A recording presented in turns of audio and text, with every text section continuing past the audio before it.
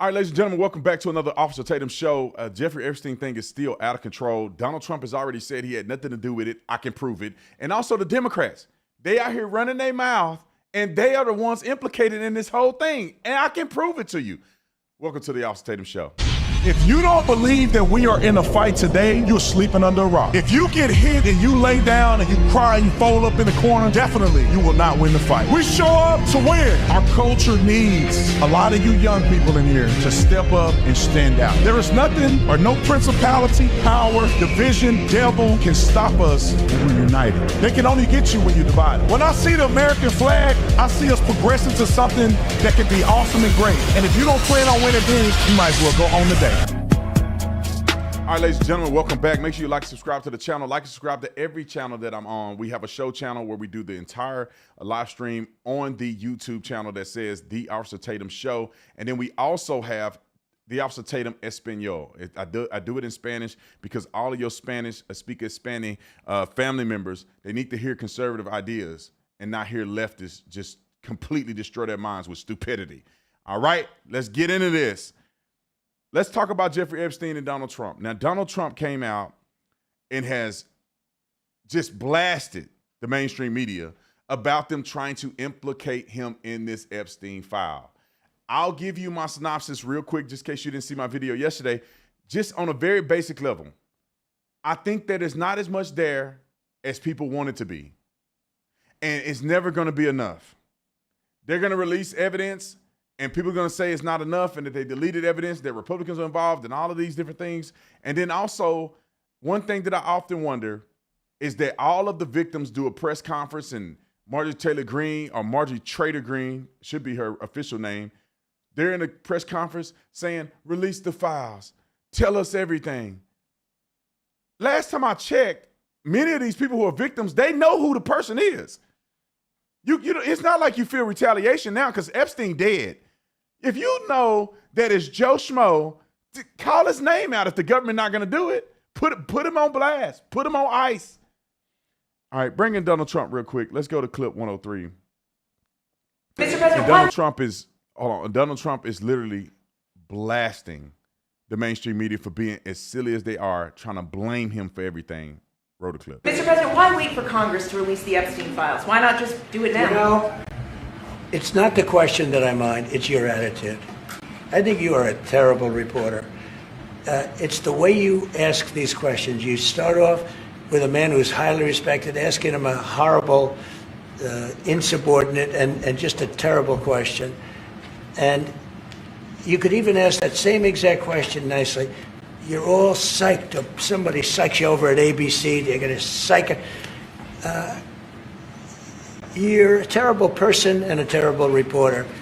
As far as the Epstein files is, I have nothing to do with Jeffrey Epstein. I threw him out of my club many years ago because I thought he was a sick pervert. But I guess I turned out to be right. But you know who does have? Bill Clinton, Larry Summers, who ran Harvard, was with him every single night, every single weekend. They lived together. They went to his island many times. I never did. Andrew Weissman, I hear. All these guys were friends of his. You don't even talk about those people. You just keep going on the Epstein files. And what the Epstein is a Democrat hoax to try and get me not to be able to talk about the $21 trillion that I talked about today. It's a hoax. Now, I just got a little report, and I put it in my pocket, of all the money that he's given to Democrats. He gave me none, zero, no money to me. But he gave money to Democrats. And people are wise to your hoax. And ABC's, your company, your crappy company, is one of the perpetrators. And I'll tell you something. So why not just sign it now? I think the license should be taken away from ABC because your news is so fake and it's so wrong. Now, I agree with him 1,000%. Not just for this. It's that these people, when you flat out tell a lie and conspire to affect an election by things that you say, you shouldn't have a license anymore. You're not media. You're a propaganda machine bought and paid for to push an agenda. To me, that's problematic. In the same spirit of seeing how the media is trying to frame him as a person that's associated, which they have Zero evidence that he's associated, but they want to implicate him by asking a rhetorical question. Here's Caitlin Collins doing the exact same thing, and I'm going to prove to you that it's all bullcrap. Roll the clip. Jeffrey Epstein mentioned Donald Trump by name multiple times in private correspondence over. I want y'all to listen to her all the way through. This is the trick of media. Listen to what she said at the beginning of this clip and listen how she ends the clip. Propaganda. Roll it. Jeffrey Epstein mentioned Donald Trump by name multiple times in private correspondence over the last 15 years or so. These are newly released emails obtained by CNN that show Jeffrey Epstein bringing Donald Trump up in conversations with Ghislaine Maxwell and the author Michael Wolff. We got them after members of Congress got their hands on them after they subpoenaed Jeffrey Epstein's estate, which in turn handed over thousands of documents to Congress. Now, in these emails, there's one that is a few years after Jeffrey Epstein got that sweetheart deal down in Florida, where Trump is referenced specifically by the late sex trafficker. Jeffrey Epstein writes in this email to Ghislaine Maxwell in April 2011 and says, "I want you to realize that that dog that hasn't barked is Trump. Redacted spent hours at my house with him. He has never once been mentioned. Police chief, etc. I'm 75% there." Maxwell responded and said, "I have been thinking about that." Now, the name of this person. Hold on. Here we go. You saw all of that she just said. How many people are watching past that point? How many people are going to watch past it? Not many people whatsoever. She set this whole thing up to make Trump look like they mentioned him in emails. And this is what Ghislaine Maxwell said. And then. This is why they set it up. Now, listen to the second half of her thing and tell me that this is not propaganda. Roll the clip. And was redacted by Democrats on the House Oversight Committee because they say she is a victim of Jeffrey Epstein's. But shortly after these emails were released, Republicans on that committee identified her as Virginia Giuffre. She's one of Jeffrey Epstein's most prominent survivors who died by suicide earlier this year. The Republicans are noting that in her book that she wrote, she talks about how she met Donald Trump, but does not accuse him of any wrongdoing. Now, of course, Trump himself is not actually a party to these emails. He is simply only talked about in these emails, and he has denied any wrongdoing and hasn't been accused of any. In another email that was released by the committee, the author Michael Wolff and Jeffrey Epstein are talking when Donald Trump is in office. This is in 2019. And Jeffrey Epstein seems to reference when Trump was saying that he had kicked Epstein out of his Mar-a-Lago club. Epstein writes, "Trump said he asked me to resign. Never a member ever. Of course, he knew about the girls as he asked Ghislaine to stop." Now, that doesn't have any context in this release, but it seems to be a reference to what we actually heard from Trump earlier this year when he said that he kicked Jeffrey Epstein out of his Mar-a-Lago club. The White House says for being a creep, and Trump says because Ghislaine Maxwell was poaching women from his Mar-a-Lago spa. Now, why she didn't put this part at the beginning of what she said? She just literally proved that Donald Trump really have no connection with none of this stuff, proved that Donald Trump was correct when he kicked Epstein out of the Mar-a-Lago, proved that all of the documentation and the refutation that Donald Trump has presented to the public is actually factual. She could have did that at the beginning, but instead she did it at the end where nobody's watching it. I'm telling you guys, it's insane. And then I got a clip of Ghislaine Maxwell saying Trump had nothing to do with nothing. But we'll get there in a second. Let's go to Robert Garcia and him getting embarrassed on TV, one of these Democrats. Again, pushing a lie and lying on Donald Trump, and Donald Trump is going to be right. Just wait a second, roll the clip. These emails that were revealed today do not explicitly implicate Donald Trump in any crimes, and I think it's important to note that. His name is mentioned in these emails, and it does raise questions about what he knew of Jeffrey Epstein's actions. Congressman, we're just getting a first reaction now from the White House to the release of these emails. This statement coming from the White House press secretary, Caroline Leavitt. I'm going to read it to you in full. The Democrats selectively leaked emails to the liberal media to create a fake narrative to smear President Trump. The unnamed victim referenced in these emails is the late Virginia Giuffre, who repeatedly said President Trump was not involved in any wrongdoing whatsoever and couldn't have been friendlier to her in their limited interactions. The fact remains that President Trump kicked Jeffrey Epstein out of his club decades ago for being a creep to his female employees, including Giuffre. These stories are nothing more than bad faith efforts to distract from President Trump's historic accomplishments. And any American with common sense sees right through this hoax and clear distraction from the government opening back up again. What's your response to that? My response is simple. Then release all the files. If the president has nothing to hide, if the press secretary right there in her comments and statement, if they have nothing to hide at the White House or the Department of Justice, then all we want is for them to release the full files. Come out. It's very clear. All right. Let's go to Trump's clip. Let's go to clip 003. Now, they're framing it as if they just won't release the file. Listen to what Trump said. Wrote a clip. Here's what I want. We have nothing to do with Epstein. The Democrats do. All of his friends were Democrats. You look at this Reid Hoffman, you look at Larry Summers, Bill Clinton, they went to his island all the time, and many others. They're all Democrats. All I want for people to recognize a great job that I've done on pricing, on affordability, because we brought prices way down, but they're going way lower, on energy, on ending 8 wars and another one coming pretty soon, I believe. We've done a great job. And I hate to see that deflect from the great job we've done. So I'm all for it. You know, we've already given 50,000 pages. You do know that. Unfortunately, like with the Kennedy situation, with the Martin Luther King situation, not to put Jeffrey Epstein in the same category, but no matter what we give, it's never enough. You know, with Kennedy, we gave everything. So, and Kesh Patel came out and before when he was pressed in Congress, and he made mention that we've given everything we've been legally allowed to give. Donald Trump has given a lot of information about the Epstein files, and people are still confused. But this is why I want you guys to check out ground.news. Let's go to ground.news, pull up my computer, because no matter what the left say, no matter what the right say, no matter what he say, she say, you can go look it up for yourself. You can go look up and keep up to date with all things Jeffrey Epstein. You can go right down and see exactly who's talking about it. The left is talking about it more than the right, probably because it's a lot to do with Trump, or a lot of us know it's BS. And you can go down and look at every article written by every single corporation, and you can see their biases. These particular articles that are written are more centered.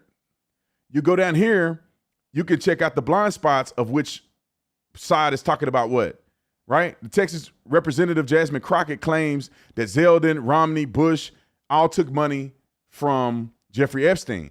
Nobody on the left is even talking about this. It's only people on the right. Majority of voters believe Trump was aware of Epstein's abuse. Nobody on the right is talking about this. And these are exactly the articles that you need to be reading, to be informed, and making sure you know what's going on. I go through and check out this stuff. Well, let me be honest. I got people, I got staff. So we go through and check out this stuff, and then we filter through what's relevant, what's not, and we compile it all into a message that I present to you. But this is how we go back and get it all, by having a source that can look it all up at one time. Now, because I love you guys, and Ground.News is a sponsor of the show, we're going to hook y'all up. I think we give you 40% off the Vantage plan. All you got to do is go to ground.news/Tatum, ground.news/Tatum, and you'll get 40% off the Vantage plan, which is the unlimited plan to give you access to all this stuff that I'm talking about. All right? So let's get back to the subject at hand, because Ghislaine Maxwell, in her own voice, and you can say you don't believe her, that's fine. Go look at ground.news and you can search up stuff on there. Ghislaine Maxwell, in her own words, after being deposed, I think this was a deposition, this is what she said about Donald Trump. Why the media won't play this part? Roll it. Well, I just want to say, for my relationship with President Trump, relationship's a big word, but I just want to say that I met him, or I believe I may have, because of my father in the 90s. Yep. Okay. So my father liked him very much, and he really liked his wife as well, because they were both Czechoslovakian.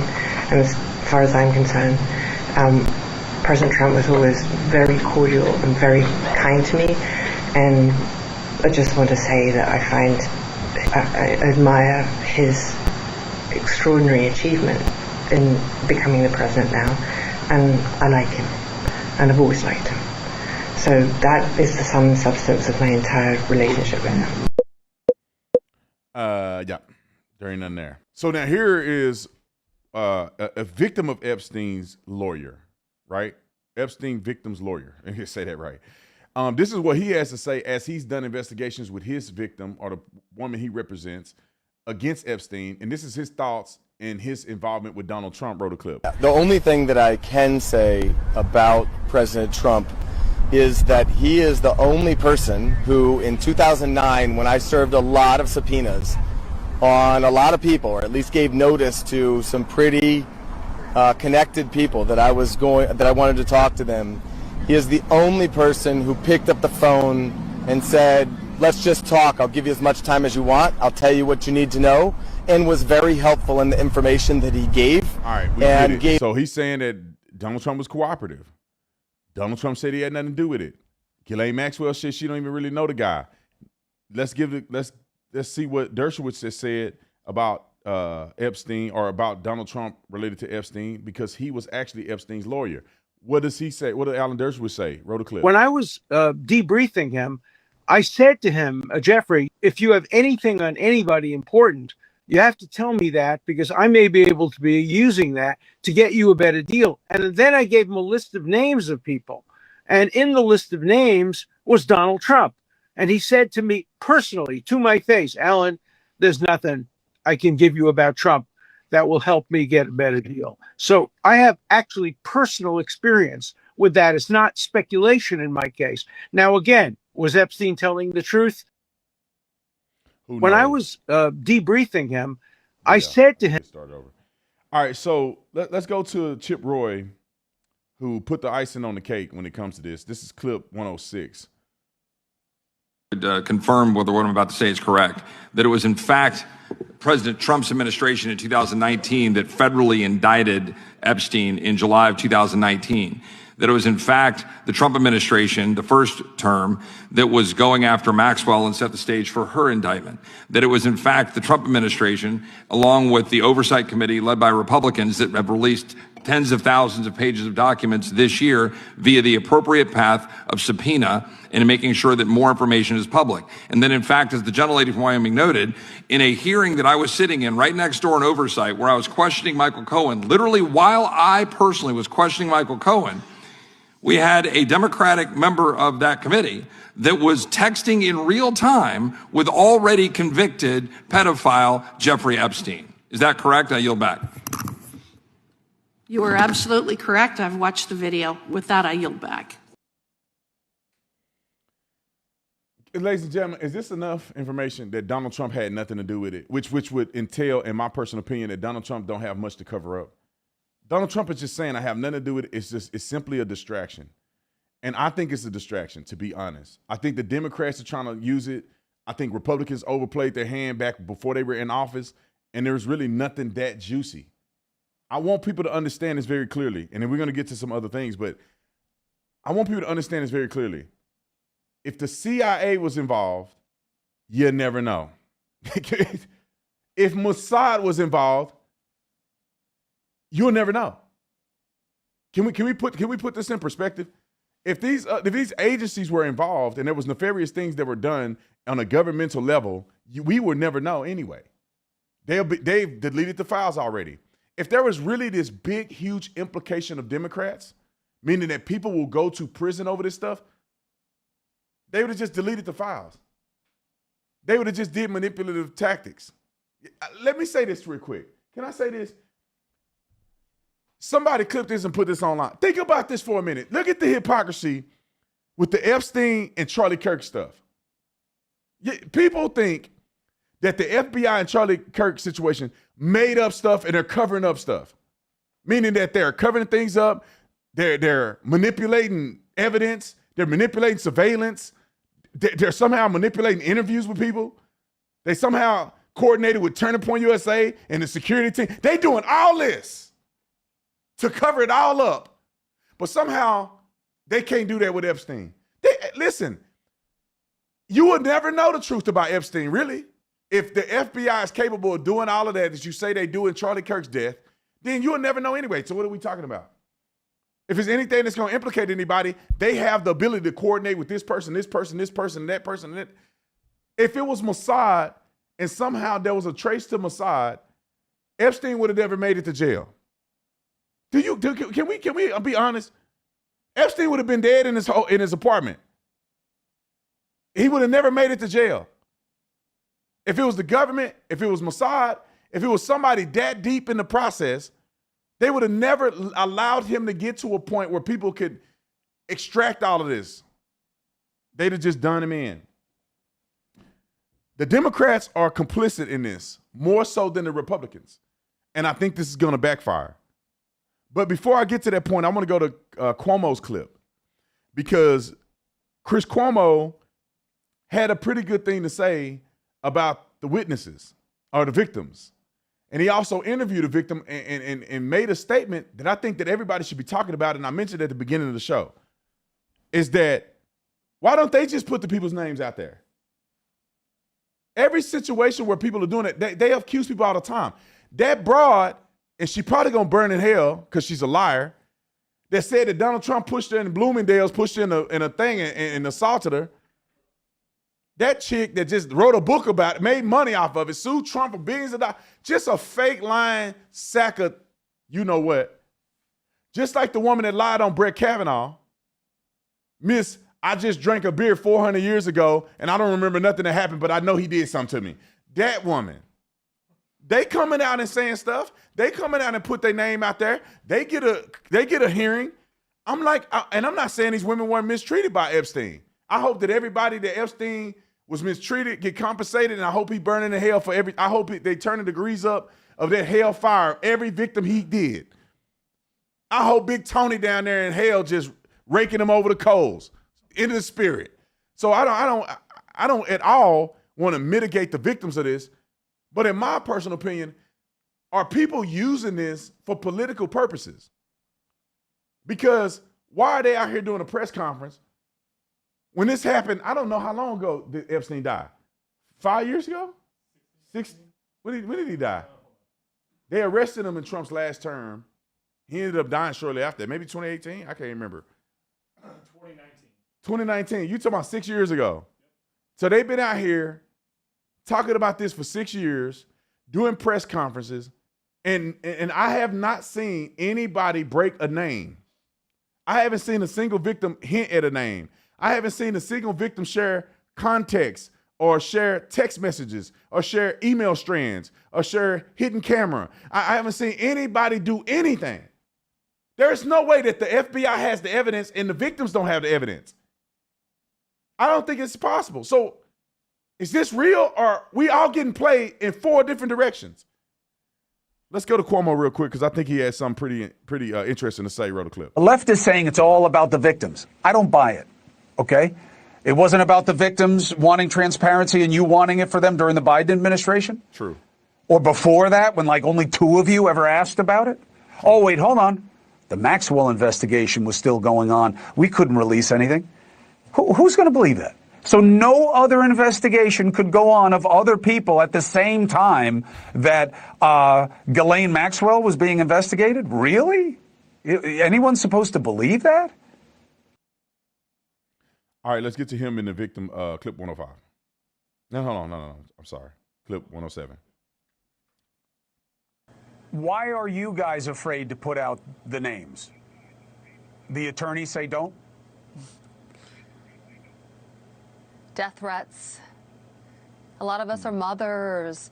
You know, we want the names to be out there. We want justice. But why do we have to do it? That's a very scary thing, and I think you know that. Hold on there, boy. Nothing against these women, man. But you know how silly this and contradictory this sound? Your face is on television right now. You're on here saying that you are a victim. What are you afraid of at this point?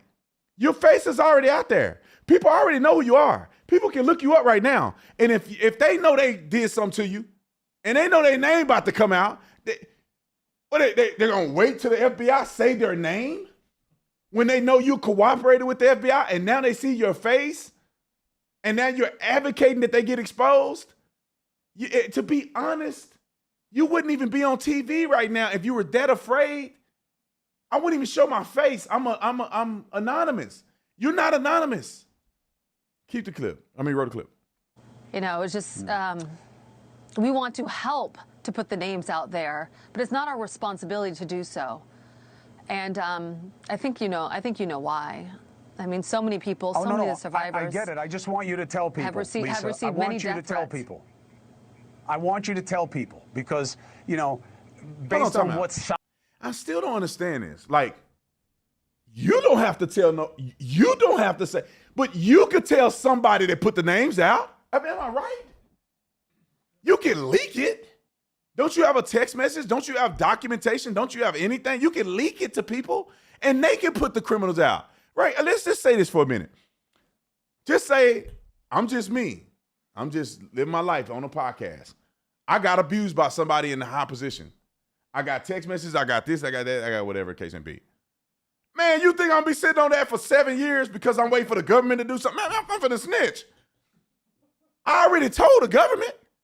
Oh, y'all don't want to? Okay. I'm going to go to TMZ. I'm going to go to one of these sites. Keep me anonymous. Don't share that I got text messages. Don't say that there's text messages. But here is what that person did to me. I show you so you know it's proof. Or whatever the case may be.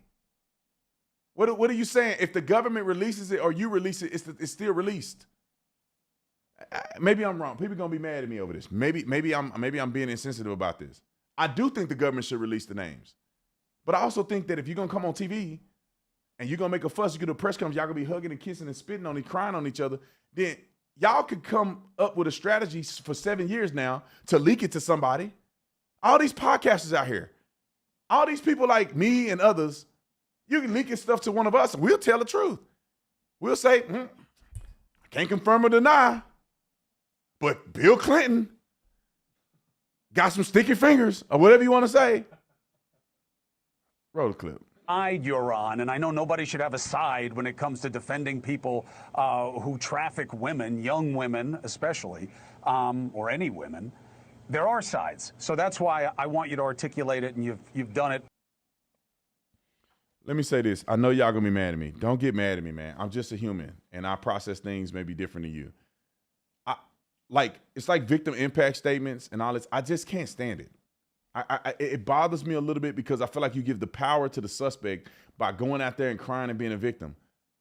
And also, I think there needs to be a delineation between real victims and women who weren't victims. Because I've seen this in R. Kelly's situation. We've seen this in all these major people's situation. What's his name? Weinstein.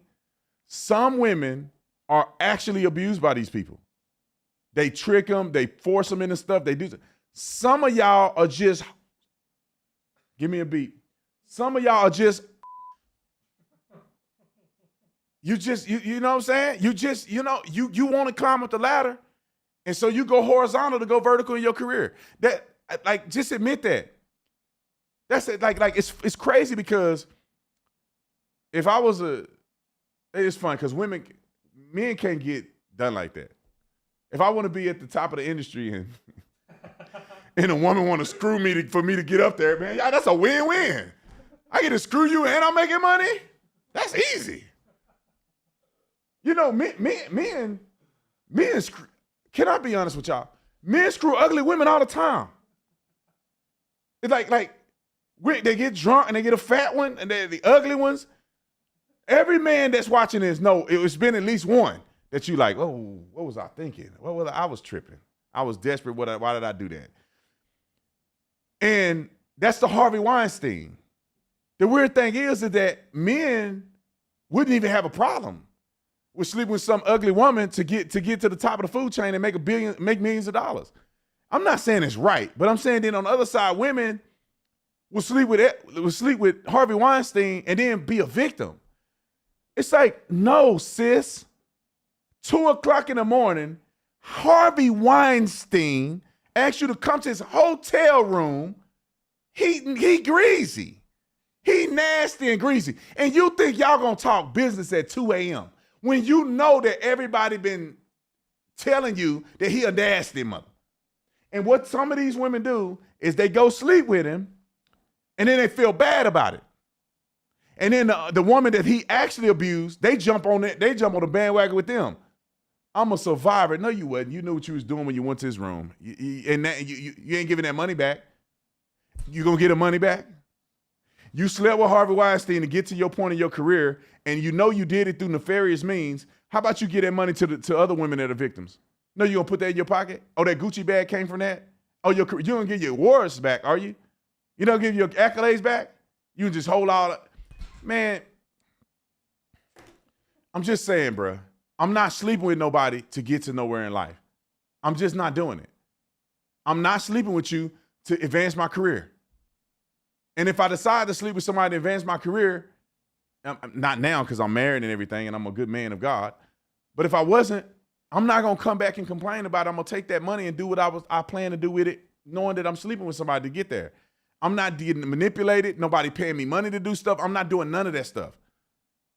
And if I do it, I'm not going to get on here and act like I'm a victim because somebody paid me $200,000 to say something. Oh, it's just annoying to me. It's because there's real people that are victims out here and they get washed in with these other people. Let's go to the Democrats real quick because Hakeem Jeffries and Stacey Plaskett, think of the name. She got the dumbest name in the world. It should be Plaskett. That's more, but who named Plastic or Plaskett? Just stupid. But anyway, here is, in my opinion, evidence that would argue that Democrats are the ones who are more involved in this than anything else. Let's get to the first clip. Roll it 401. The Democrats had all the Epstein files in their possession for 4 long years under the Biden presidency.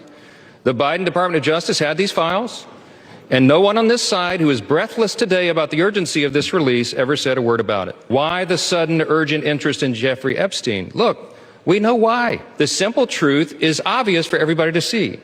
This is a political exercise for Democrats. Democrats are using the Epstein tragedy, the unspeakable evils that this guy committed. They're using that as a political weapon to try to distract from their failures as a party and to try their best to try to tie President Trump somehow into this wretched scandal.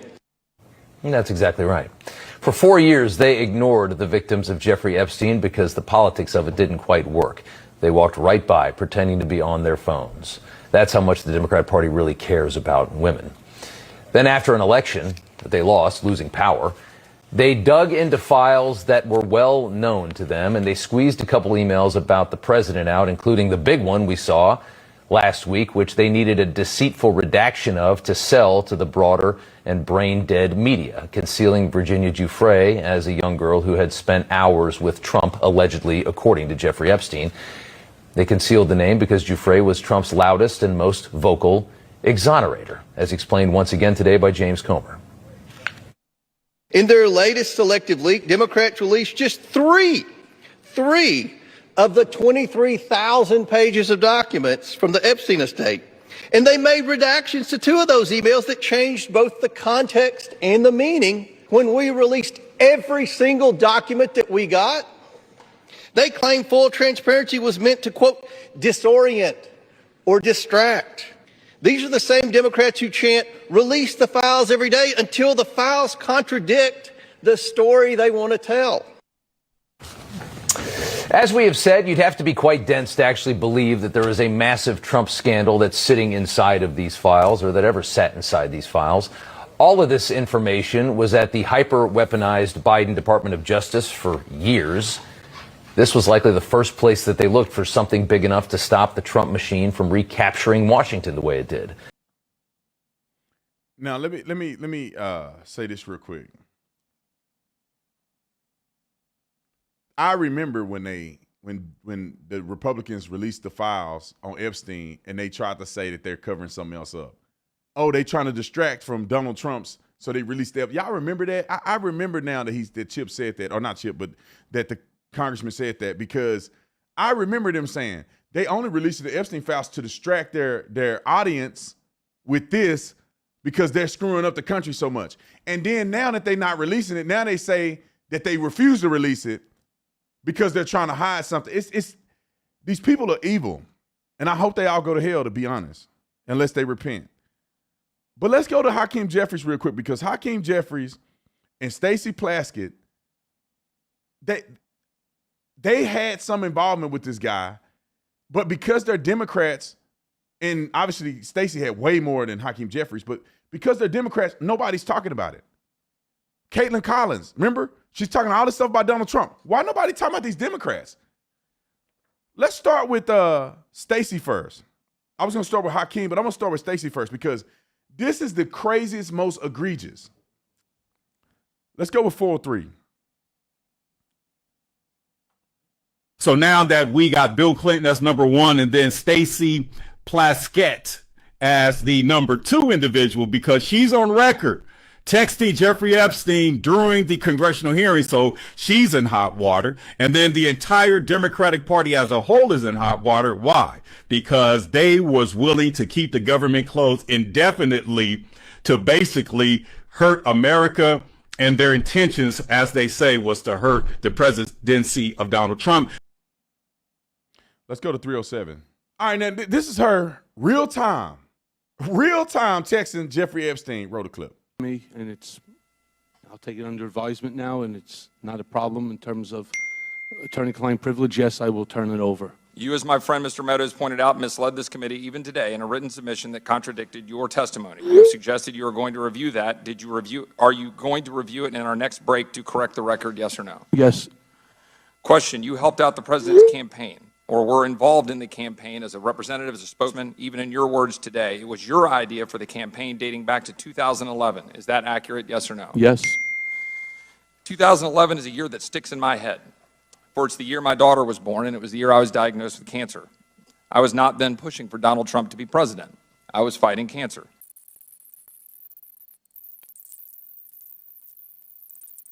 You've mentioned some individuals to my colleague from New York, Ms. Connolly, and also in your testimony about Mr. Weisenberg and other individuals, Ms. Rona. Who are those individuals? Are they with the Trump Organization? They and are. Are there other people that we should be meeting with? So Alan Weisselberg is the chief financial officer. You got to quickly give us as many names as you can so we can get to them. Yes, all right, so I think you guys get the gist. As Ms. Rona, what is Ms. Rona's? Let me put this in perspective for you. She is the representative of the Virgin Islands. Jeffrey Epstein lived in the Virgin Islands. And so he was one of her constituents. Now, it's okay to be, I'm just putting out here. It's okay for a constituent to message their representative and help them ask prominent questions that they need to hear. Now, because he's prominent, she can receive his text. She's not going to text every constituent. But the problem is he was already a convicted sex offender. He was a convicted pedophile. And all these people had no problem with him at first. All of a sudden, now they got a problem. All of a sudden, he's such a bad guy. And he donated to them. Let's go to the paperwork. I got the paperwork right here. He donated to the Democrats. He donated to Republicans too. But the Democrats are trying to act like they all concerned about it now. They weren't concerned about it when he was paying the money. Where's my little sheet at? So when we look at the Democrats and the money they took, the DNC took $32,000, and this is in the mid-90s, 1990s. Bill Richardson took $50,000 in 2002, additional support in 2006. Gary King, $15,000, Attorney General race, $35,000 in the governor's race. Jim Baca, $10,000. Jim Solano, $2,000. Stacey Plaskett took thousands of dollars. And according to this, it says she later gave the money away after he was arrested in 2019. But all these people still took his money. And where you give it away to? Where you going to give it away to? You already got the money. You already took the money. What she did was she took that money and used it, and she had to give away somebody else's money that they gave to her. That's probably what really happened. And the Republicans, let me be fair, the Republicans did take money from him too. George W. Bush took thousands. Bob Dole took thousands, it says on here. Bob Packwood, you go down the list. But I will say, Hakeem Jeffries it's not on record that he took money. although we'll get to Hakeem Jeffries in a minute because he was invited by his staff. Epstein was invited by his staff to a fundraiser, and they tried to make the connection where Epstein wanted to meet Jeffries and Jeffrey wanted to meet Epstein. It was there. Barack Obama didn't receive any money, but you know who else didn't receive any money? Donald Trump didn't receive any money, but they're not going to talk about it like that. They're not going to mention that, and they're not going to mention it alongside the other people that didn't receive money. All right, let's get to the other clip of her. Let's go to, I'm just going to say this, and then we're going to go to her making herself look even worse. She was censured. They compelled the vote to censure her because of her involvement with that and taking the text messages and all that above. We don't need to watch that. But let's go to clip 307. No, let's go to 306 of her digging herself deeper in the hole. Roll the clip. I believe that Jeffrey Epstein had information, and I was going to get information to get at the truth. Having a friendship with him is not something that I would deem to have. And so I'm just looking forward. I'm moving forward. And I think that that's what we as American people should do, is move forward. If individuals are not involved in illegal activity, extending his criminal enterprise or his financial enterprise or all of those things, I think that we need to look at what people are doing moving forward. Wait, let me just better understand that. What is that point? Because at the time he was a known sex offender and it had been detailed all the sexual abuse. There are a lot of people who have done a lot of crimes, and as a prosecutor, you get information from people where you can. All right, so she admitted that she knew he was a pedo, and she still communicated with him on the phone. Do she have a point? She could have a point. Yeah, you get information from everybody. You don't discriminate. If you can get information that's going to get to the bottom line. But then don't get out here and say nothing about Donald Trump, because you were taking information from him and still communicating after he was convicted.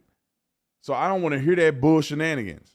That's the part that makes me mad about all of this, is that just admit that you did that or whatever case it be, but don't go pile on Trump when you were involved with the guy. He wasn't that bad to you then. All right, let's get to Hakeem Jeffries real quick, because I think Hakeem Jeffries is an interesting story as well. 301. Listen to what he's saying. Roll it. Donald Trump appears to have chickened out on the Epstein scandal. He's caved. It's a complete and total surrender, because as Democrats, we made clear from the very beginning, the survivors and the American people deserve full and complete transparency as it relates to the lives that were ruined by Jeffrey Epstein, who was a monster, and all of those folks who were dealing with him, the wealthy and the well-off, and people who are going to be exposed in full transparency. That's been our commitment from the very beginning, and it's closer to happening this week. The House will act decisively, the Senate needs to act, and Donald Trump just needs to step out of the way and let the chips fall where they may. And show me a video of Hakeem Jeffries saying this when Biden was in office.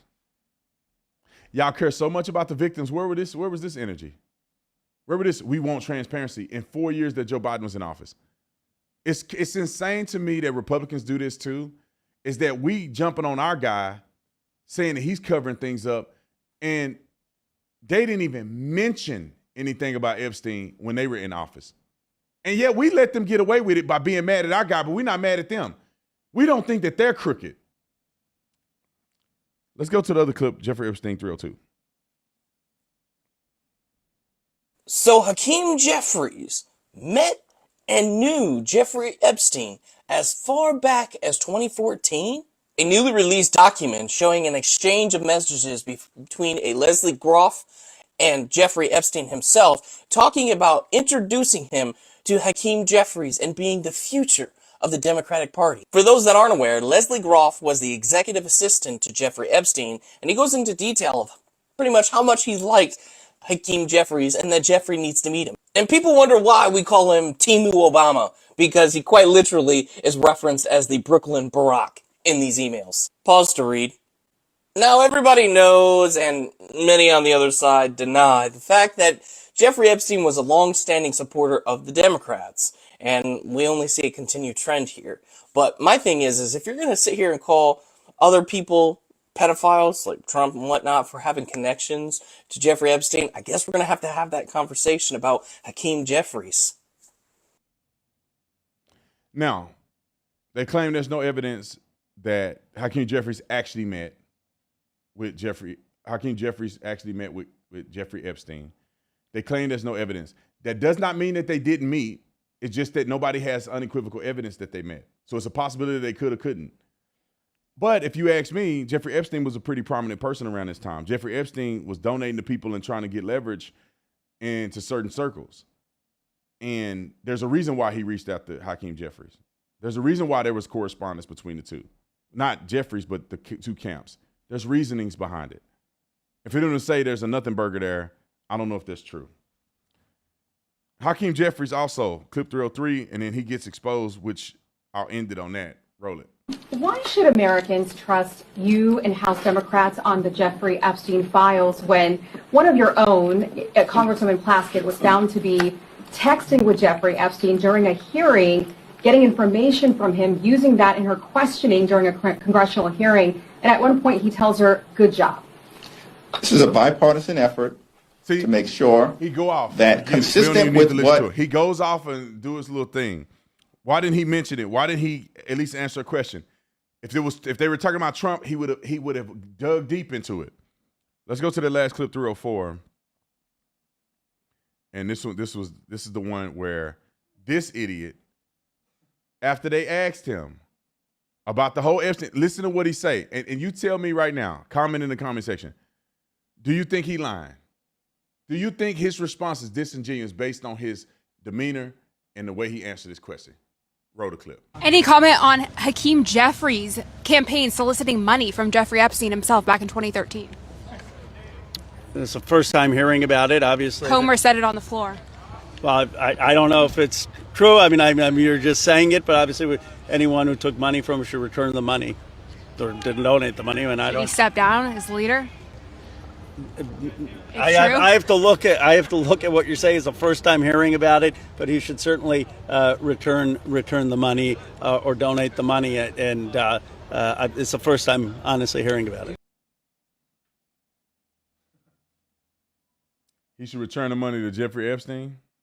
I mean, he should return the money. I mean, I'm telling you, I wish that we could have a parallel universe. We could have them ask them the question about Donald Trump. Right? Come to him and say, what do you think about Donald Trump being involved in the thing? I almost put my life on it that they'll be all over him. Yeah, Donald Trump is, he's trying to cover it up. He was involved and everything else. And then she say, Hakeem Jeffries, it's my first time hearing this. I don't know. I've never heard of this before. Y'all get what I'm saying? Republicans may do the same thing. Either way it go, it's wrong. All right, I'm going to finish it with this. I was going to do Nicki Minaj's video, but I'm going to jump to this. I have lost all respect for I've been preach after this video. It's fair game to criticize people. It's fair game. We're internet people. I'm not going to sue nobody over fair criticisms. But to take a video from 2 years ago to somehow leverage that to make fun of me for crying, tearing up when Charlie Kirk was murdered is insane to me. If I lost followers or something, somebody gave a bad review on my store and I cried about it, I can see somebody trying to leverage that to make fun of me. That's fine. It's fair game. But for you to be so disgusting, to try to make a point, which my original point wasn't even nothing that they're referring to, but to try to make a point to bash a person who had an emotional response to his friend getting assassinated in front of the world. I wasn't just a follower of Charlie. He was a friend of mine. I just seen him not too long before he got killed.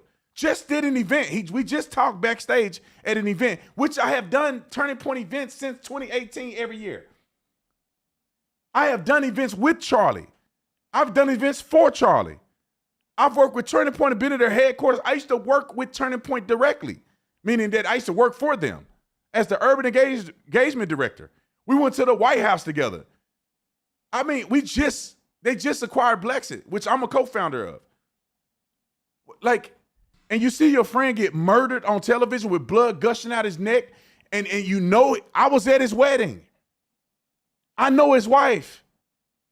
I could imagine what that does to his kids. And to try to make fun of somebody for that is the lowest that you can go. I'm going to show y'all the video. Look at this pompous behavior by these two. I used to like them, man. I used to like all that stuff. But for clicks and clout, people would just do anything. If one of them had lost somebody that they cared about and they teared up on camera, there's no way in the world I'd be making fun of these guys. But I'll play the clip. They're taking a clip from something I said 2 years ago, and which is not 2 years ago. I believe the same thing today, but something I said a while ago, and they put it together.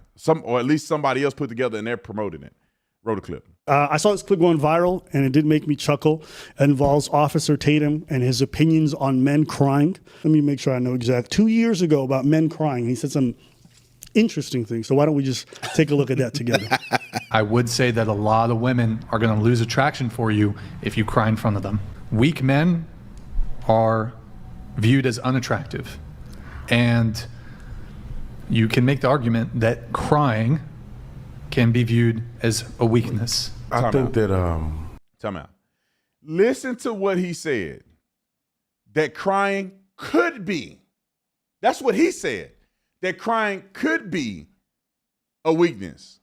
If you're on a battlefield and your first line of command or a point guy is crying, what you think that's going to do to you? I'll explain my point of perspective here, and then we're going to get to the rest of it. Roll the clip.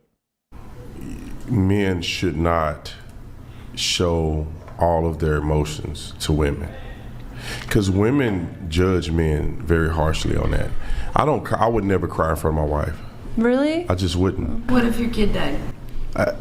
That's a different thing. I mean, I would try not to cry in front of my wife. All right, if my kid.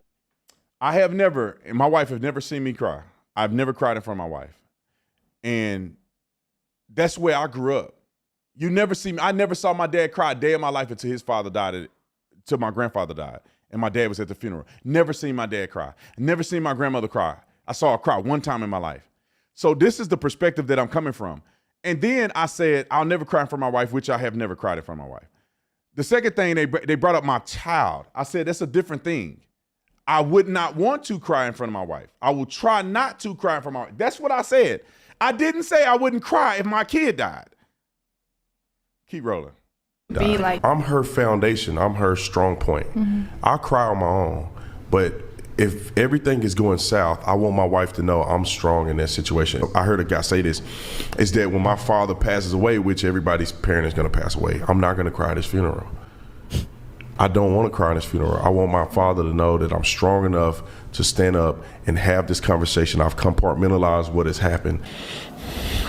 I'm very angry. All right, pause. So as you listen to it, I said I saw a clip of a guy say that I'm not going to cry at my dad. I didn't say I wasn't going to cry at my dad's funeral. I said the guy that I admired had said this, that he's not going to cry at his dad's funeral. He wants to be the strong person, and I admired him saying that. This is what I said. I didn't say I wouldn't cry at my dad's funeral, but I admired the guy that said the reasons why he wouldn't cry, because he needs to be strong for his father. And every man, in my personal opinion, would want to have that perspective. That's not saying that if the rubber hit the road, you're not going to cry at your dad's funeral. And I never said that men don't cry. I just said I'm not going to do it in front of my wife. I go cry on my own, but when stuff hit the road, I need to be strong for my wife. That's all I said. And then they take the clip of Charlie Kirk the moment I found out that my friend was dead, that he had died after I saw him get killed on TV. And I thought about his kids and his wife. Roll the clip. Because you don't get your lick back.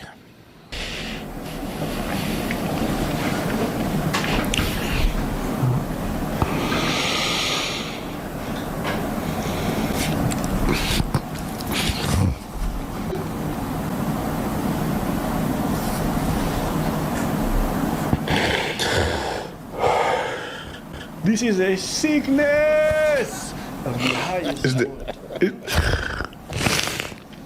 For me, you suffer. I think you suffer in silence. That's what I think.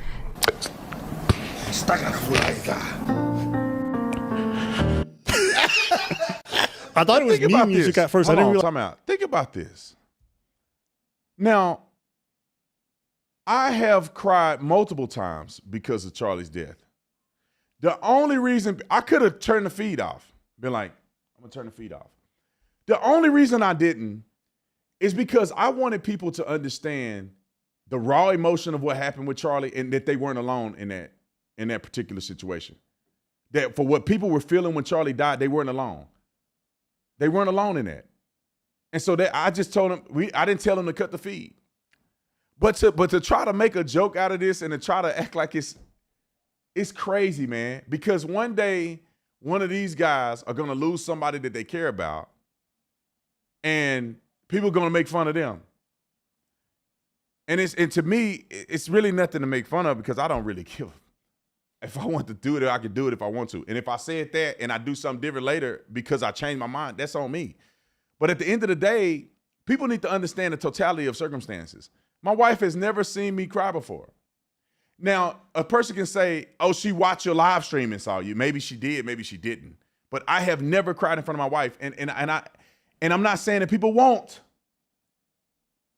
It's just saying, what is the compartmentalization of being strong in times of crisis?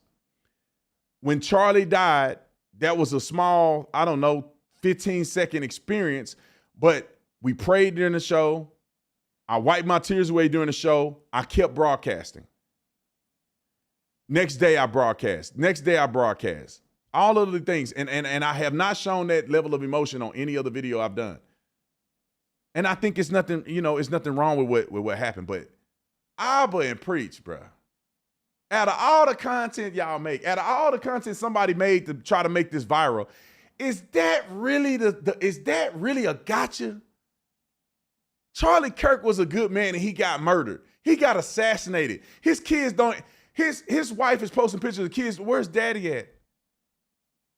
This is the video that you guys want to make a point about? Yeah, I mean, to me, it's disrespectful to Charlie and his legacy. That y'all think it's funny if somebody were to tear up because Charlie died.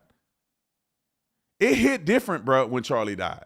It was different. The way he died, watching him die, knowing all those people that were hurting, people that didn't even know Charlie was crying when he died. Didn't even know him. Imagine knowing him. But you cowards that just want content to be made. I would never understand y'all. I'll never understand y'all. I never understand these other people that just look at it and say, I need to make viral videos.